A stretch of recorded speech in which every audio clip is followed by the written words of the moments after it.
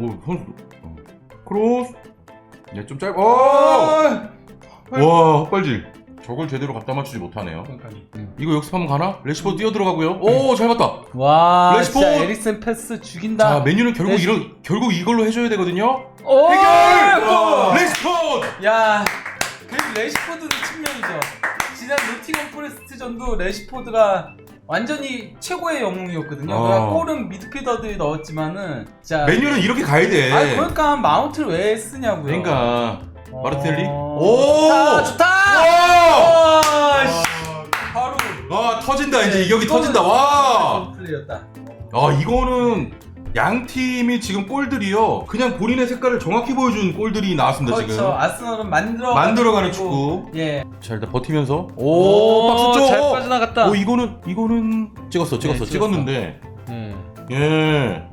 자, 일단 PK. 후보 나서 하베르츠가 좀 살아난다고 하더니만 하베르츠가 결국 한 건 해내는군요. 네, 좀 속도 살려내면서 자, 과연 어떤 판정을 내릴지. 일단 네. 얘도 PK 선언되지 않았네요. 자, 일단 뭐 맨유 입장에선 다행이고. 들어가야 된다. 예. 오, 좋아요. 오, 좋아요. 오, 좋았다. 자, 골키퍼 1대 찬스. 그대로. 가르나초. 가르나초는 신기하게 선발로 나오면 못하고 교체로 나오면 항상 잘해. 자, 오늘도 역시 교체로 들어간 가르나초가 해결합니다. 그리고 이전에 그 연계 좋았죠. 오, 아닌가? 잠깐만. 이렇게 조금 앞서 있었던 것 같네. 발끝이 발끝. 야, 오, 옵사이드야. 와, 옵사이드야. 와, 저 수비 저거 딱 멈췄네. 저 수비 몇 번이죠? 완전 이렇게 멈췄어. 이렇게 멈췄어. 와. 쟤 누구지? 쟤? 오! 골! 야, 안 좋은 줄 알았는데 나이스.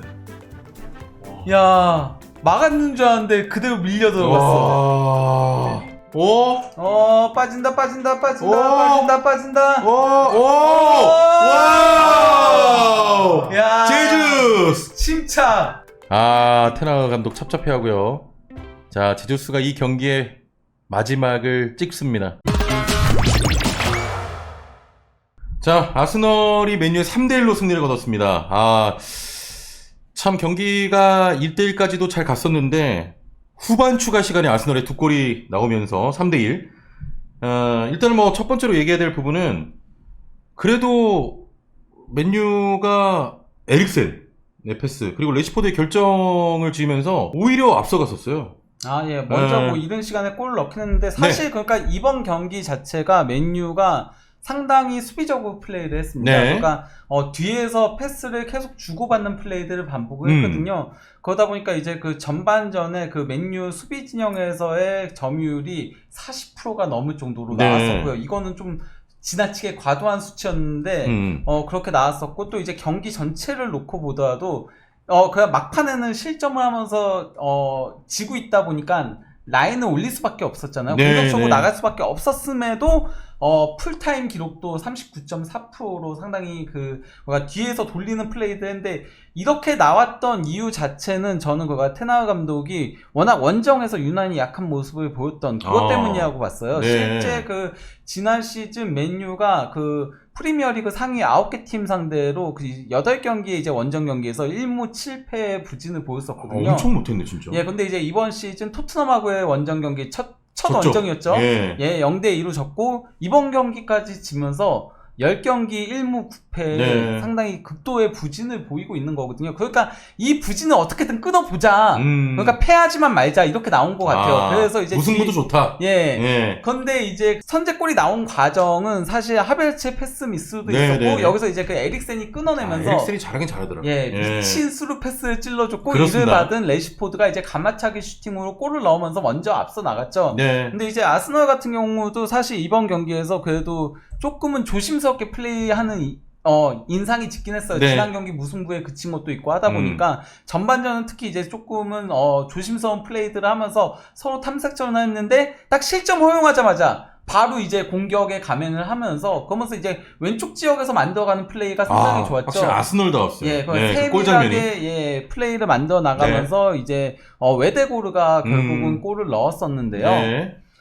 그러면서 이제 전반전이 1대1 무승부로, 1대1 스코어로 이제 마무리가 됐고, 네. 전반전은 다소 그래도 경기 템포는 조금, 지루하게 양상으로 이제 전개가 됐었다라고 할 수 있겠는데요. 그렇습니다. 먼저 이제 그 승부수를 던진 것도 아르테타 감독이었죠. 네네. 예, 아르테타 감독이, 그 78분경에 이제 부진했던 하베르츠와 그리고 또 이제 부상에서 갓 복귀한 진첸코와 그리고 또 이제 은케티아를 빼고 네.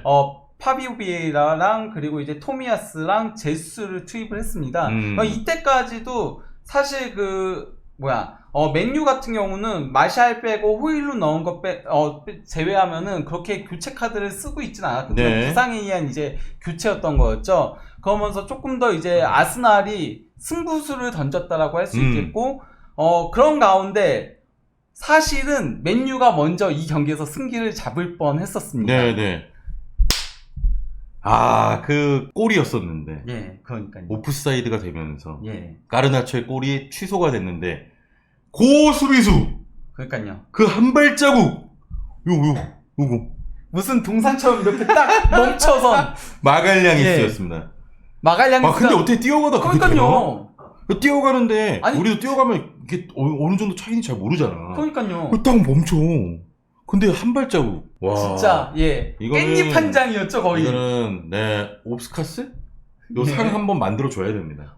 그러면서 이제 그 가르나초의 골이 취소가 됐고. 네. 근데, 그 과정에서 호일룬이 연계를 상당히 괜찮게 해줬는데, 아쉽게도. 호일룬? 예. 그게 이제 골이 취소가 되고 말았죠. 네. 예, 골이 취소되는 가운데, 또, 여기서 마갈량이스의 활약이 끝이 아닙니다. 추가 시간에 이제 라이스 골이 됐는데, 그 코너킥 장면이었어요. 그렇죠.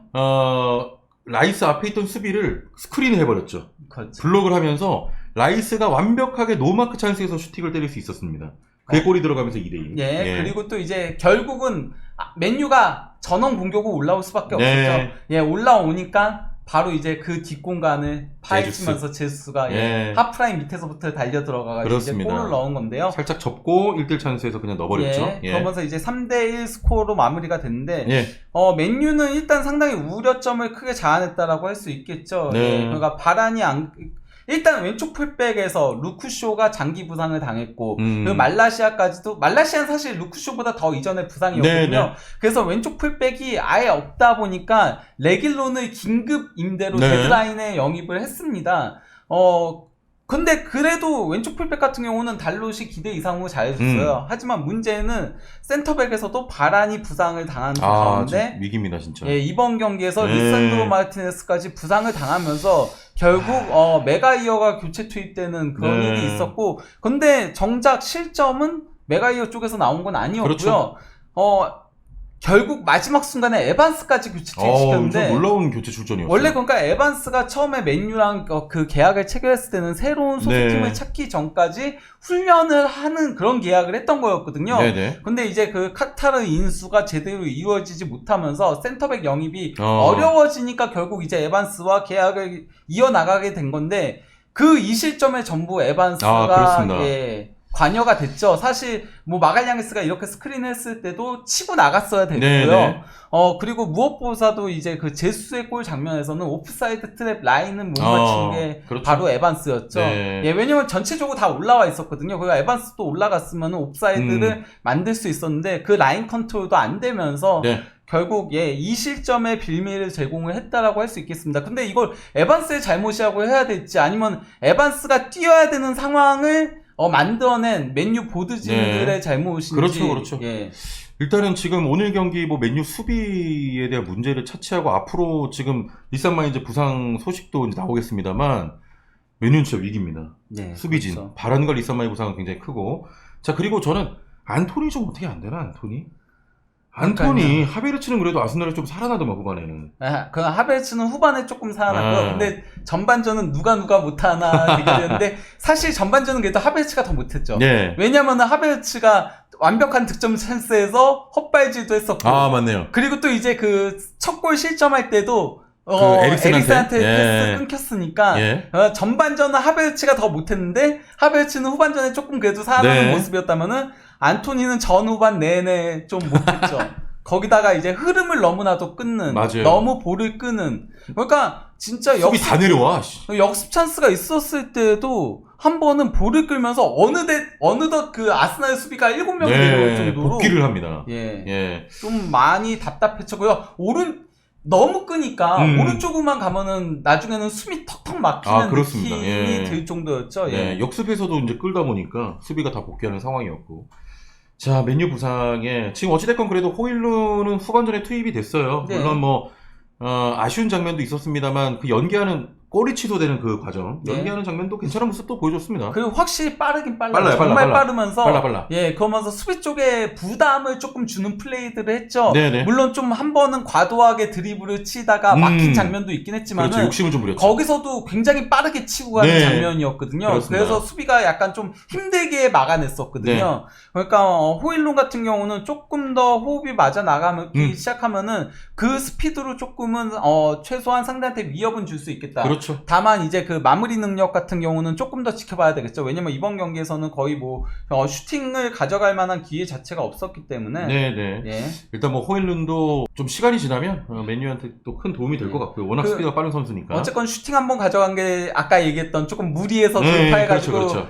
수비한테 막힌 장면이었으니까. 그 과정에서는 진짜 스피드를 확실히 보여줬습니다. 그렇죠. 그리고 그 어쨌건 가르나초 골 취소된 장면에서도 연계만이 아닌 스피드까지 보여준 거니까요.